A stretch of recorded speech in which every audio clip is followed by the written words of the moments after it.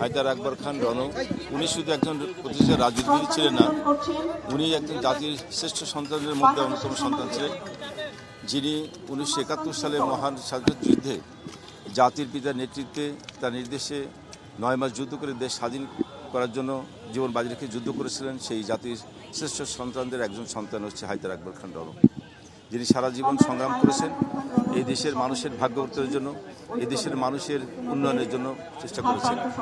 যে লক্ষ্য নিয়ে আমাদের এই দেশ স্বাধীন হয়েছিল জাতির পিতা বঙ্গবন্ধুর নেতৃত্বে, এই বাংলাদেশকে একটা ক্ষুধামুক্ত দারিদ্র্যমুক্ত অসংখ্য চেতনার বাংলাদেশ গড়ার, সেই লক্ষ্য আজকে বঙ্গবন্ধুর কন্যা জয়ন্তী শেখ হাসিনা পূরণ করার পথে এগিয়ে নিয়ে যাচ্ছেন।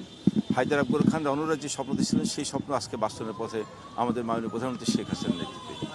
আমি আবারও মনে করি যে হায়দার আকবর খান রণদের মতো এগুলো ত্যাগী নেতা যারা জাতির জন্য অত্যন্ত গুরুত্বপূর্ণ ছিলেন, তাদেরকে হারিয়ে জাতি একজন সূর্য সন্তানকে হারালো আজকে। আমি আবারও তার বিধি হাতের মাগফিরাত কামনা করি, তার সঙ্গে পরিবারের সমবেদনা জানাই। তার নির্দেশে এবং তার আহ্বানে সাড়া দিয়ে 1971 সালে তিনি মুক্তিযুদ্ধে অংশগ্রহণ করেছিলেন। তাদের সঙ্গে আমাদের যে আদর্শিক পার্থক্য সেটি হলো একটি দার্শনিক পার্থক্য, কিন্তু একটি জায়গায় মিল ছিল, সেটি হলো জাতির পিতা বঙ্গবন্ধু শেখ মুজিবুর রহমানের নেতৃত্বে এবং তার নির্দেশে আমরাও মুক্তিযুদ্ধ করেছি, তিনিও মুক্তিযুদ্ধ করেছেন। এবং তিনি মুক্তিযুদ্ধে যে অবদান রেখেছেন শুধু সেটাই নয়, তিনি একজন তাত্ত্বিক ছিলেন, তার লেখনীর মাধ্যমে তিনি সেগুলোকে তুলে ধরেছেন।